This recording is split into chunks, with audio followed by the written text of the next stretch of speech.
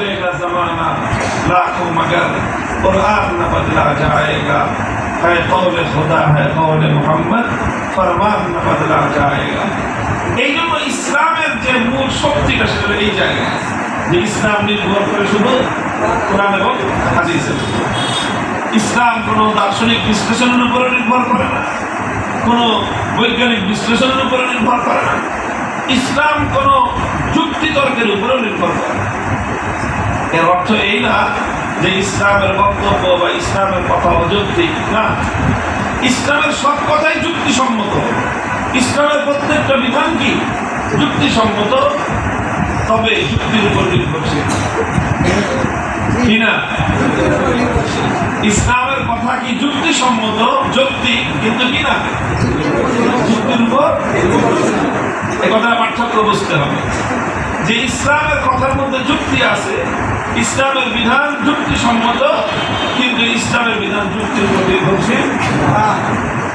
নির্ভরশীল হলে এক জিনিস, যেটার উপরে নির্ভরশীল হয় কেউ ওটা বলতে গেলে আসলটা বলতে হয়। ইসলাম যদি যুক্তির উপর নির্ভরশীল হইতো, যুক্তি যেমন যখন বদলায় যাবে ইসলামও কি হয়ে যেত বদলায় যাবে।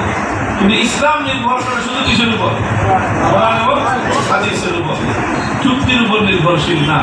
কারণ যুক্তি এমন একটা জিনিস, যুক্তির মধ্যে একটা জিনিস থাকে সেটা হলো যুক্তি মানুষের কাছে খুব আকর্ষণীয় হয়।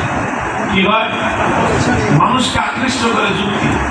যুক্তি কথা শুনলে, যুক্তি দিয়ে কথা বললে মানুষ খুব চমৎকৃত হয়। আর যারা যুক্তি দিয়ে কথা বলে মানুষ তাদেরকে বড় বড় উপাধিও দেয়, যুক্তিবিদ, এগুলো বলে।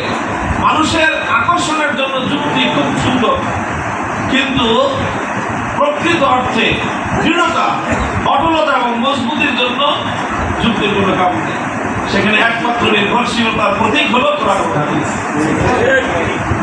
যুক্তি এবং তর্ক এগুলা এরকম জিনিস সব দিকেই কাটে। কি করে? একটা তো আমরা শুনি দ্বিমুখী সাপ, আরেকটা আছে শাকের করা, খাইতেও কাটে খাইতেও কাটে। যুক্তি এর চেয়েও ভয়ঙ্কর জিনিস, এটা খালি দুই দিকে না, চারিদিকেও কাটে।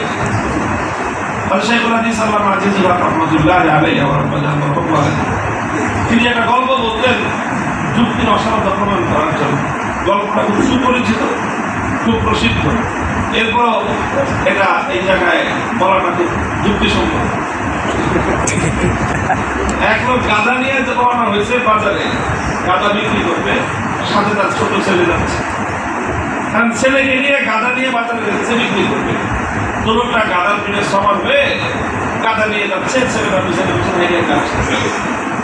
আর রাস্তায় একদম মানুষের সঙ্গে দেখা, তারা বলে যে দেখো কেমন নির্দয় বা ছোট্ট পোলাটা হেঁটে যেতেছে, আর বুঝা বেটা গাঁদার পিঠে সব ওকে হেঁটে গেলে কি হয়? লোকটা বললো যে কথার মধ্যে যুক্তি আছে।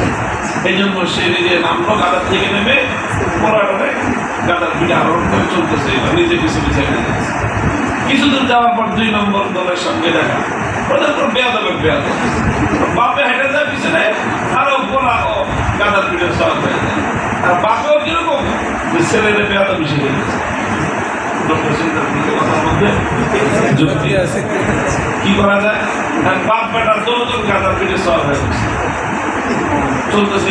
কিছুদূর যাওয়ার পর 3 নম্বর দলের সঙ্গে দেখা, কিরকম নির্দয় প্রচন্ড মানুষ, ছোট্ট একটা গাদা, বাপ বেটা দুইজনেই গাদার পিঠে সওয়ার হয়ে করছে। অবলা প্রাণী কি কষ্টটা হইতেছে। লোকটা বললো কথার মধ্যে কি করবে? বাপ বেটা দুজন নাম দুজন নেমে এবার গাধারে হাঁটায় নিয়ে যায়। বাপেও হাইটা চলে, ওরাও হাইটা চলে, গাধাও হাইটা চলে। 4র্থ নম্বর দলের সঙ্গে দেখা, এলাকা যায় 3টা গাধা হাইটা যায়। গাধা কয়টা? কেমনে গাধা হলো 3টা? অরিজিনাল গাধাতে একটা আছে এইখানে, আর বাকি 2টা গাধা হলো এইভাবে। যারে আল্লাহ গাধাকে সৃষ্টি করছেন কেন? والخيل والبغال والحمير لتركبوها وزينة ويخلق ما لا تعلمون। আল্লাহ তো গাধাকে সৃষ্টি করছেন, কোরআনেই বলছেন লিতারকাবুহা, যে গাধা পিঠে তুমি সওয়ার হবে, এই জন্য আল্লাহ গাধা সৃষ্টি করছেন। তোমার বাহন আছে, তোমার হোন্ডা আছে, মোটর সাইকেল আছে, যেটা আছে আছে, তুমি এখন গাধার পিঠে সওয়ার